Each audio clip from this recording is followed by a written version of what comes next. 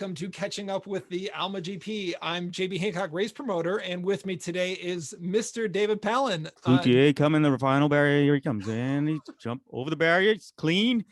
He's back on his bike. Oh, sorry, JB. Oh, sorry, man. I was just finishing. I'm doing my warm ups. I'm getting my pipes ready for the Alma GPs coming up. Before you know it, it'll be cyclocross season, and I don't want to be out of shape when that comes around.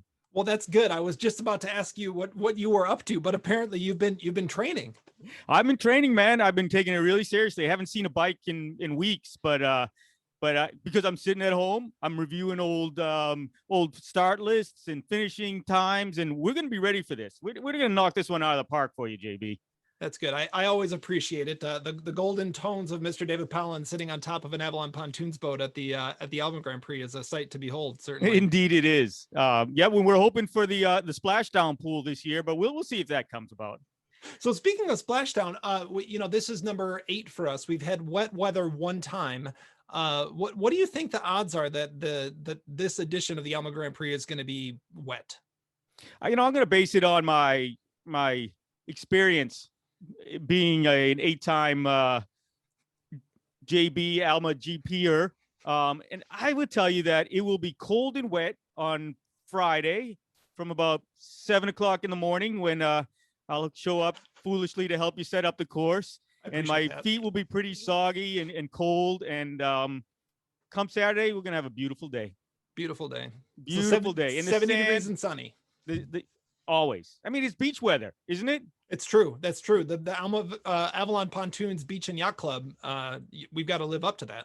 Indeed we do. Indeed we do. And it'll be solid on the bottom of that, but just this almost a granular sugar coating on top of the beach club. That's going to be very rideable, but it will decide some of the races. I'm going to go so far as to predict that and let people know that that's going to be a deciding factor. If you are considering coming out to the Alma GP, you may want to consider spending some time in some volleyball courts or wherever it is that you get your sand workouts. That can be a very decisive part of the course. See, right there, that's a pro tip. That's why people want to listen to Mr. David Palan. Do you want to go into the 3 questions? Oh, there's more questions? You've already been asking me. You're like Scotty D, man. I come in, prep for one thing, and you start throwing curveballs. I know. That's a ball sport thing, but ever since you invented the Bike Shop podcast, it's been crazy. All right, number 1, hypothetically speaking, of course. Yes. It's 5 a.m. in Las Vegas, and you have to drive me to the airport. Okay. And we decide we're going to stop for breakfast. Yes. After 24 hours of Cross Vegas. What do you eat?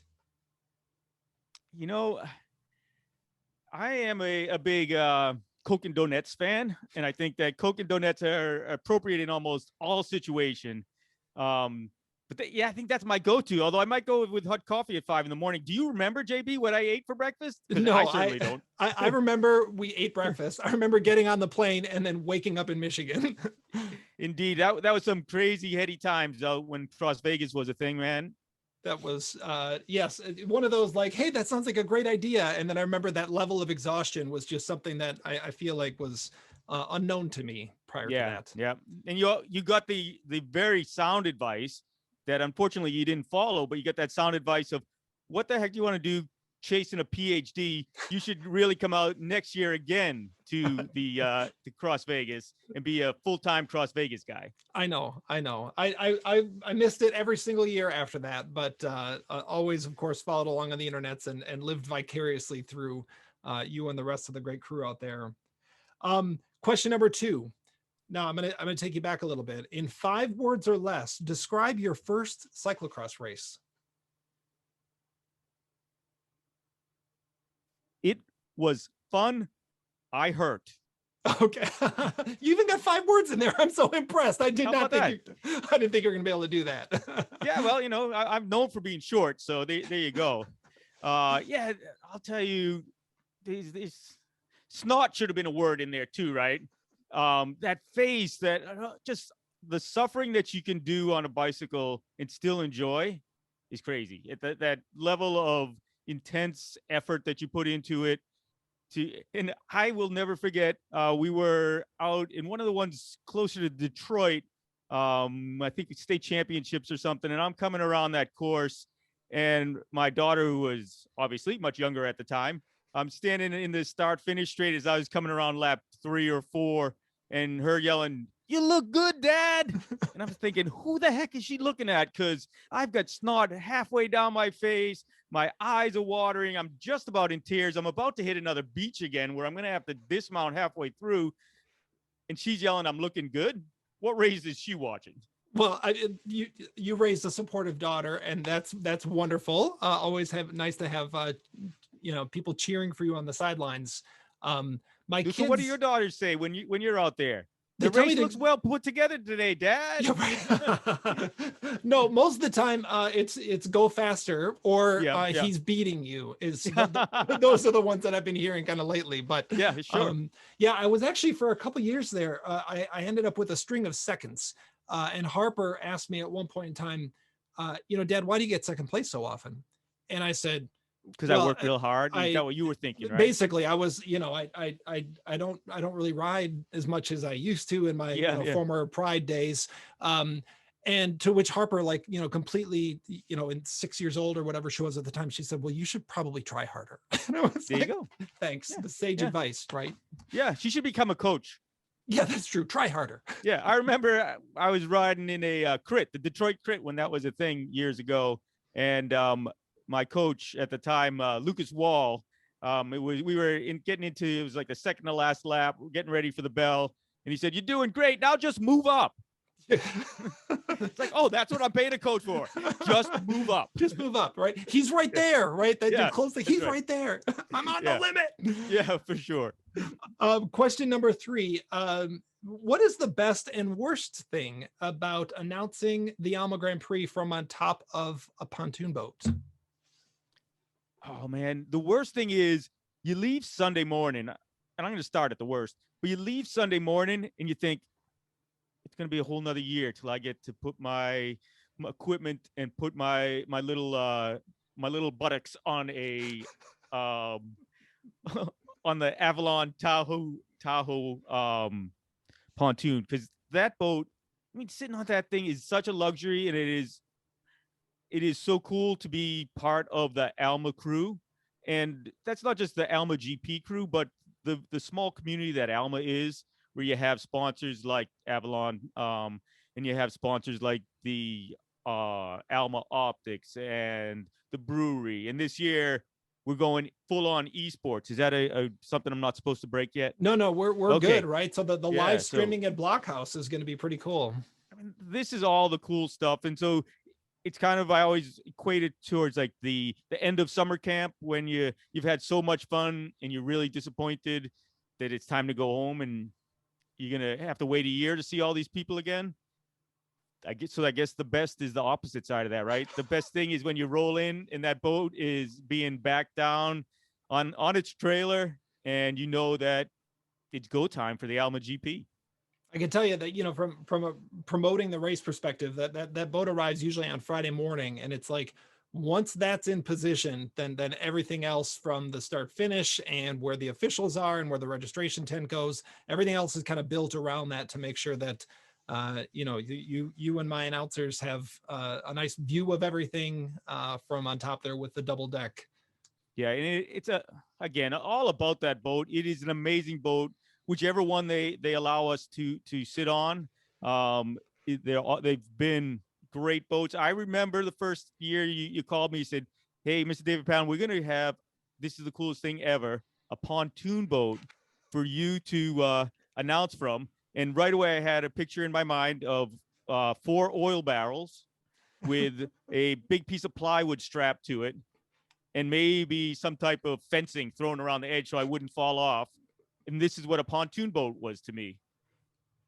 Avalon has really, even from the standpoint of how far that is from a real pontoon boat, but from what is a real pontoon boat to what Avalon puts together is really, really spectacular. I mean, that's a great thing, and they're a great sponsor, and it's these local sponsorships, that family aspect of Up Bike that comes and supports us. I was going to say supports you, but they really support us. They support the cyclocross community. They support the Michigan community, it's the best part about the Alma GP. And if you haven't been there yet, and I know you have, JB, I've been there. but to my wider folks that I'm talking to, if you haven't been there yet, you need to come to the Alma GP of cyclocross. Well, we appreciate it. We're looking forward to, like I said before, year 8, which is crazy to think that, eight summers ago, we really started making that course in earnest. I went out there a couple of days ago and started mowing, which of course then is a process for the whole summer here. And then hopefully just one time after the race before everything kind of goes dormant in the fall, but Sure. already working on making sure that it looks good for September. I'll tell you what, JB, I drove out there with my co-host from the Bike Shop Show, Scotty D, and we sat on our bikes in the middle of this ridiculous overgrown field that had some bumps in it, just to listen to you tell us how this was going to be a cyclocross field. And our drive home was skeptical, shall I say.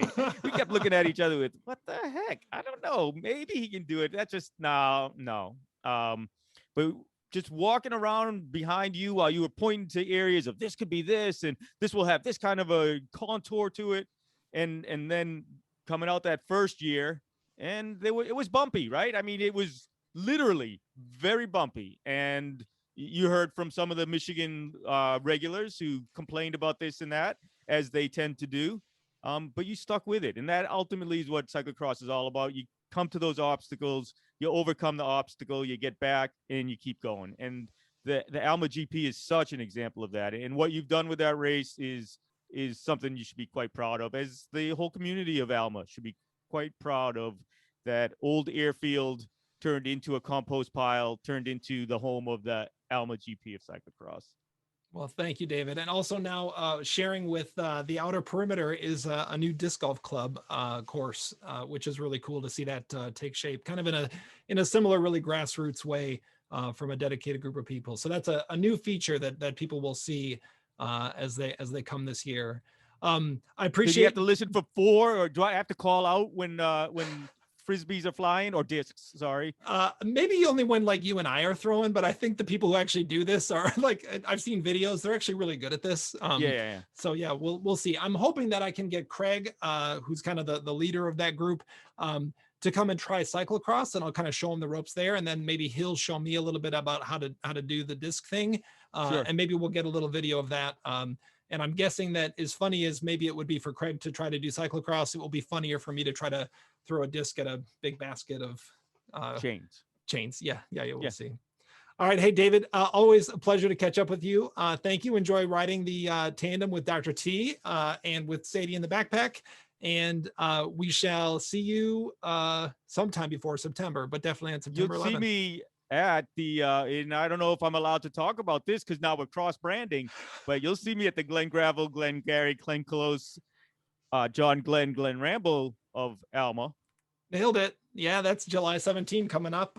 We're right now kind of in the midst of launching registration for the Alma Grand Prix and making sure that the Glen Gravel is moving forward with all those pieces. But that's going to be a fun event too. Another good chance to come out and support Alma and see it's a great city. Awesome. Well, hey, thanks so much, David. Let's do the thumbs up because that's par for the course. There we go. All right, left hand. All right, see ya. All right.